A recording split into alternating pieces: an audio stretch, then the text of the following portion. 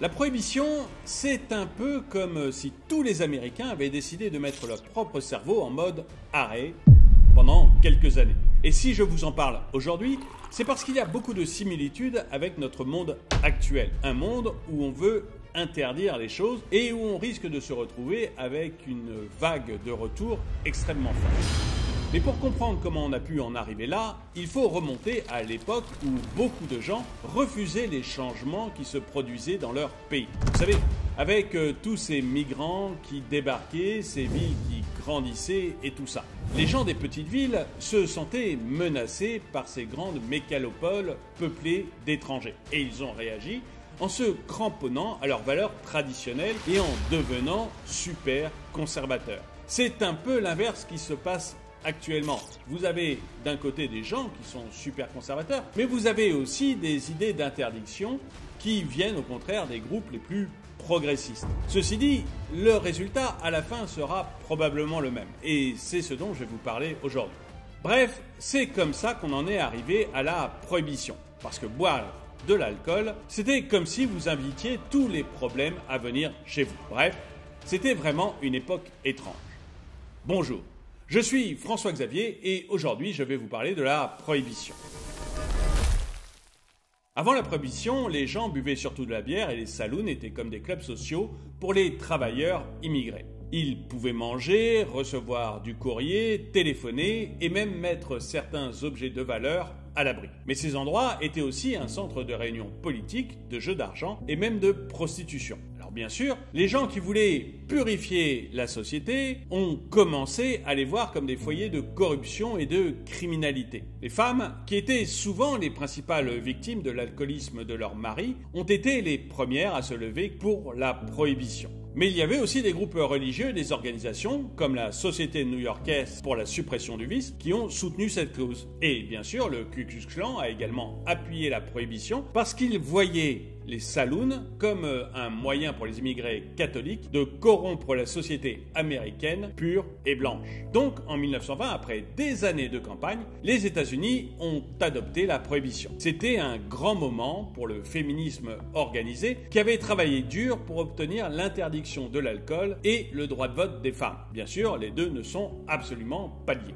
Les femmes voyaient l'alcool comme une source régulière de violence domestique et de pauvreté pour les familles ouvrières. Pauvreté parce que les ouvriers dépensaient trop d'argent en alcool, argent qu'ils ne donnaient pas à leur famille. Et les femmes ont été les principales forces derrière les campagnes pour la prohibition. Depuis les années 1870, des groupes comme la Women's Christian Temperance Union avaient organisé des campagnes pour interdire l'alcool en soutenant les efforts du parti prohibitionniste. La loi pour la prohibition a donc été une grande victoire pour les femmes et ceux qui voulaient purifier la société. Au cours des années 1890, la campagne pour la prohibition a été renforcée par un groupe de pression bien organisé appelé la Ligue anti-saloon. Les saloons, ils étaient attaqués par des prières, mais ça à la limite c'est pas trop grave, mais aussi parfois physiquement, comme le faisait par exemple la célèbre activiste Carrie Nation avec sa hachette pour casser des tonneaux d'alcool.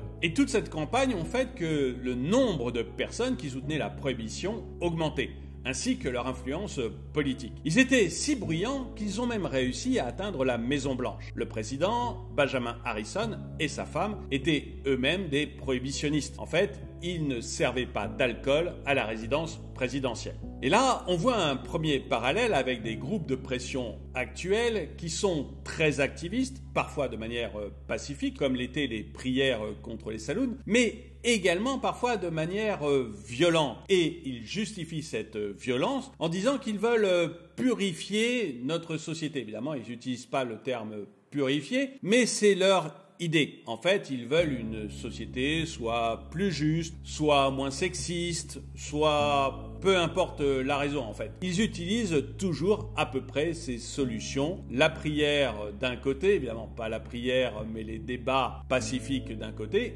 et de l'autre côté, la violence. Et ça leur permet d'imposer leurs idées que l'on retrouve même de plus en plus dans des lieux de pouvoir comme par exemple le palais de l'Élysée en France. Mais dans les années 1890-1920, il y a eu une opposition, l'opposition catholique, qui était minoritaire et principalement issue de l'immigration et des grandes villes. Elle s'opposait à l'interdiction de la vente d'alcool. Les démocrates, qui représentaient cette opinion, étaient accusés d'appartenir au parti du Rhum, du catholicisme romain et de la rébellion, ce qui ajoutait en plus une dimension religieuse et discriminatoire à cette question. Quoi qu'il en soit, en 1920, les États-Unis ont donc décidé de mettre fin à l'alcool en interdisant toutes sortes de boissons, sauf pour les prêtres catholiques et les rabbins juifs qui ont toujours été autorisés à boire du vin de messe pour les catholiques et l'équivalent pour les juifs. Heureusement pour les amateurs d'alcool, les États-Unis sont entourés de pays qui produisent un alcool de qualité, comme le Canada avec son whisky de seigle, les îles caribéennes avec leur rhum de canne à sucre, les Bahamas qui sont un haut lieu de contrebande populaire, Cuba avec son rhum, les îles françaises et hollandaises des Caraïbes qui fabriquent des alcools, le Mexique avec sa tequila et son mezcal. Donc, la prohibition est devenue un véritable casse-tête géopolitique pour les autorités américaines. Et c'est la même chose quand on interdit quelque chose en France. On crée automatiquement une contrebande des produits qui viennent des pays voisins. Pendant la prohibition, importer de l'alcool illégalement, c'était un jeu d'enfant. Il suffisait d'avoir un peu d'argent pour acheter de l'alcool à bas prix dans un pays voisin et d'avoir un moyen de transport pour le faire entrer clandestinement aux États-Unis. Les bénéfices étaient énormes car les consommateurs étaient prêts à payer cher pour s'approvisionner en alcool illégalement. Et on voit ça aujourd'hui en France, par exemple, avec les cigarettes. On augmente le tarif sur les cigarettes, mais du coup, vous avez une contrebande qui se fait avec les pays voisins où les Français vont s'approvisionner et où certains contrebandiers s'approvisionnent même en grande quantité pour pouvoir revendre des cigarettes à la sauvette en France. Pour monter un réseau de contrebande d'alcool, il fallait des hommes forts et de confiance, un investissement initial et des armes achetées à bas prix sur le marché noir. Les bandes de criminels, elles se sont alors formées sur le modèle des associations ethniques, les Italiens, les Irlandais, les Juifs, etc.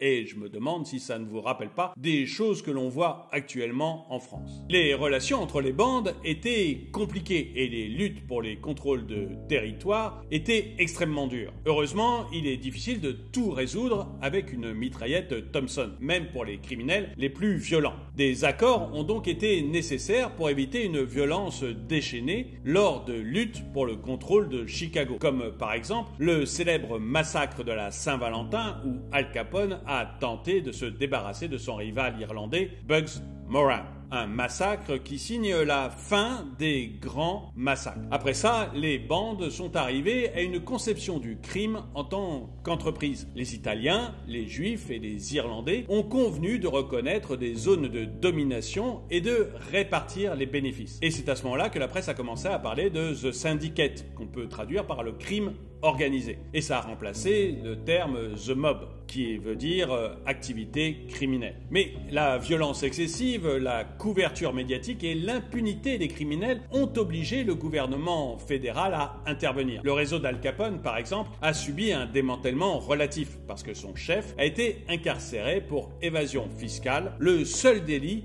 pour lequel on a pu le punir. Auparavant, Capone jouissait d'une véritable immunité grâce aux pots de vin qu'il versait à des policiers et à des politiciens locaux. Il était tellement puissant qu'il a même publiquement battu le maire de Cicero, la commune où il résidait, parce que ce dernier avait osé prendre une décision sans le consulter. Les gangsters disposaient d'une grande quantité d'argent et ça leur permettait de corrompre à tous les niveaux, de la police aux autorités les plus élevées. Le ministère de l'économie, par exemple, qui était responsable de la lutte contre la contrebande d'alcool, a dû licencier 706 de ses agents et en mettre 257 en examen. En plus du manque de moyens et de la corruption des autorités, la prohibition était mal vue par une grande partie de l'opinion publique, surtout dans les grandes villes. Les citadins considéraient cette interdiction comme une idée stupide imposée par des paysans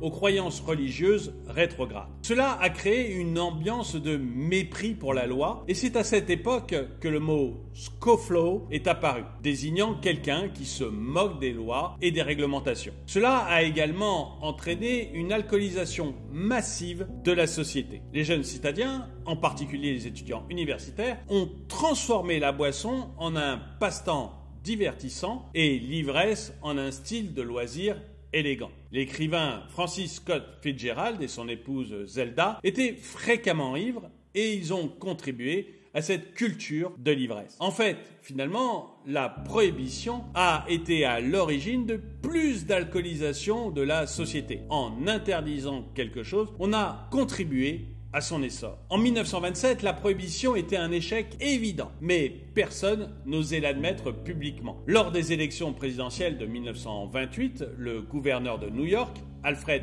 E. Smith, a été choisi comme candidat démocrate. Il était contre la prohibition et il était aussi catholique. Mais malheureusement pour lui, il a perdu contre le candidat Quaker, Herbert Hoover, qui ne voulait pas perdre son capital politique en accordant des concessions aux demandes des buveurs. C'est donc à l'élection présidentielle suivante, en 1932, que le successeur de Smith en tant que gouverneur de New York, un certain Franklin D. Roosevelt, s'est présenté comme le défenseur du changement. Il a été élu avec une écrasante vague de soutien et en mars 1933, il a légalisé la bière avec un taux d'alcool de 3,2%, ainsi que le vin et le cidre également légers. Et en décembre de la même année, le gouvernement, qui avait désespérément besoin d'argent, puisqu'on était dans la Grande Dépression, a décidé de mettre un nouvel amendement constitutionnel, le 21e, qui a annulé le 18e et qui a mis fin à la prohibition. Les revenus dérivés des impôts sur l'alcool ont pu donc renflouer les caisses du gouvernement pour lutter contre la Grande Dépression qui faisait des ravages dans le pays.